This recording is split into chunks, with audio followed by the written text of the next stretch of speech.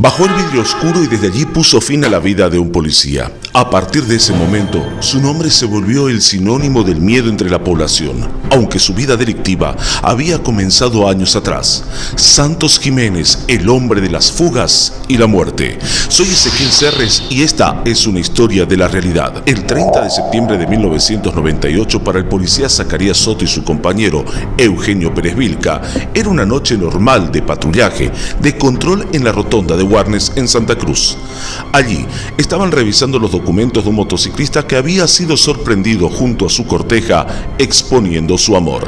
De repente un auto blanco con vidrios oscuros se detuvo a unos pocos metros. Se escuchó el sonido típico del disparo, pausado, sin eco, ahogado, como ahogó la vida del policía Soto de 37 años y puso al filo de la muerte a Pérez. Soto estaba hace 3 meses en la población norteña. Eugenio Pérez pudo recuperarse después de estar internado. El policía Zacarías Soto se fue, dejando a su esposa y a sus 5 hijos, en ese entonces la mayor de 18 años y la menor de 1 año y medio. Comenzaron con la investigación y fue un hecho seguido a la muerte del uniformado lo que dio la pista para comenzar con ella. Momentos después, mientras la policía se enfocaba en el primer hecho frente a la plaza de Warnes, robaban una oficina contable de la que se llevaron computadoras y otros objetos valuados en ese entonces en $6,000. 2 taxistas fueron los que vieron todo, el momento de los disparos, la fuga y pudieron describir al que disparó. Jiménez saltó a la luz pública el 28 de julio de 1998, es decir, casi 2 meses antes del sangriento hecho. Jiménez había escapado de la cárcel de Palmasola. Seguido a esa acción, junto con sus cómplices Limber Carrillo Vargas y Emilio Torrejón Pedriel, comenzó a cometer sus fechorías, entre ellas en Portachuelo. Había disparado contra un joven al que dejó paralítico. Una vez que se supo el nombre del pistolero, se plantearon 2 hipótesis sobre el caso: la distracción para el robo de la oficina o que haya tenido algo en contra del policía, ya que Soto había estado destinado al penal de Palmasola en la época en que Jiménez estaba preso. No llegó a conocerse si alguna de las hipótesis fueron las correctas, pero el hecho no daba lugar a duda. Un hombre paralítico, un policía herido y otro fallecido.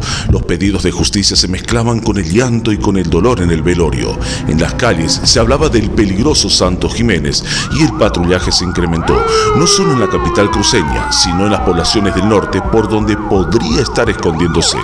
28 días después del mortal ataque, Santos era aprehendido en un vehículo robado en Mairana. El delincuente circulaba con un documento falso. Confiado, lo presentó al policía de la tranca, quien lo identificó, lo redujo y logró esposarlo. Sus cómplices fueron detenidos en La Paz. Esta es una parte de la historia de este peligroso delincuente. Hay más antes de este sangriento hecho y luego de este hecho. La muerte de Zacarías Soto golpeó fuerte a los uniformados, quienes continuamente tenían que seguirle el rastro, ya sea por sus fugas o por los beneficios que recibía de la justicia. Santos Jiménez destruyó vidas y puso a temblar a muchas. Solo se lo conoció después de acabar con la vida de un policía, pero su vida tiene un antes y un después. Santos Jiménez había fugado de Palmasola 2 meses antes de acabar con la vida del policía Zacarías Soto. Si la cárcel hubiera tenido el debido control, esto no hubiera ocurrido, pero pasó, y no era la primera vez que fugaba. Santos Jiménez fue parado ante los medios de comunicación. Su mirada era desafiante, nada lo inmutaba, ni los gritos de la hija del policía víctima, que decidió encararlo en busca de respuestas que no escuchó en ese momento. Sandra Soto decía: hemos quedado solos junto a mis 4 hermanos y mi madre. Yo estudio y me falté a mi colegio para venir. Ese hombre que está detenido merece la muerte. No debe seguir viviendo, dijo en medio del llanto. Meses después, Santos Jiménez hablaría con la viuda y le pediría disculpas. Ese deseo de la muerte se cumplió años después. Jiménez fue presentado con sus cómplices Sixto Limber Carrillo Vargas y Emilio Torrejón Pedriel. Lo que vino después fueron revelaciones. El 27 de agosto de 1992, Jiménez ingresó por primera vez al penal de Palmasola por intento de homicidio, pero escapó y el 11 de julio de 1993 lo recapturaron. El 19 de noviembre de 1994 salió en libertad por orden del juez segundo de partido en lo penal, Hernán Cortés Castillo. En 1995 fue detenido junto a su hermano acusados de atracar y es enviado a la cárcel y sentenciado a 4 años el 2 de octubre de 1997. Escapó por un túnel el 28 de julio de 1998 y el 12 de septiembre del mismo año protagonizó una pelea en Portachuelo hiriendo y dejando paralítico a Rolando Campos Vargas. El 30 de septiembre del mismo año acaba con la vida del policía Zacarías Soto y deja herido al compañero Eugenio Pérez Vilca. Vuelve a ser capturado en Mairana con un vehículo robado el 24 de octubre de 1998.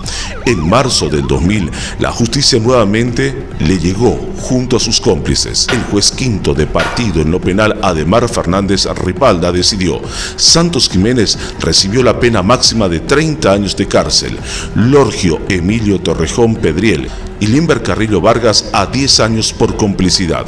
Esta sentencia frenó a Santos Jiménez. Santos, de santo, nada. Autero, atracador, especialista en fuga, dejó paralítico a un hombre y fue sentenciado a 30 años por ponerle fin a la vida de un policía. La sentencia no paró sus pecados y el destino sí. En el 2000, después de su captura y antes de su sentencia, la justicia abría la posibilidad de liberar con una fianza de 30.000 bolivianos al delincuente. Había hecho de todo y tenía la posibilidad de salir libre bajo fianza. La policía de base amenazó con ir a la huelga de hambre si ello ocurría. La familia del policía victimado protestaba y pedía seguridad ante el temor de que ello ocurra. Todo hubiera seguido si no hubiese sido que había una sentencia de 7 años que tenía que terminar de cumplir para acogerse a ese beneficio. Santos Jiménez fue trasladado a Chonchocoro en el 2001 por su peligrosidad. Allí acuchilló a un compañero de celda y fue aislado. En la cárcel de máxima seguridad de La Paz ya no lo aguantaban. Retornó a Santa Cruz a mediados del mismo año. Los muros pudieron retenerlo poco más de un año. En octubre del 2002 protagonizó una fuga junto con otros reos peligrosos, Richard Suárez y Erlan Limón Sánchez. A Suárez, 7 días después, lo recapturaron en un karaoke. Un mes después cayó Elito Limón en Los Troncos cuando viajaba a Trinidad, pero de Santos Jiménez, nada. El siguiente relato se apega a los informes policiales y de prensa de la época. 3 meses después de la fuga, Santos Jiménez cayó abatido por la policía.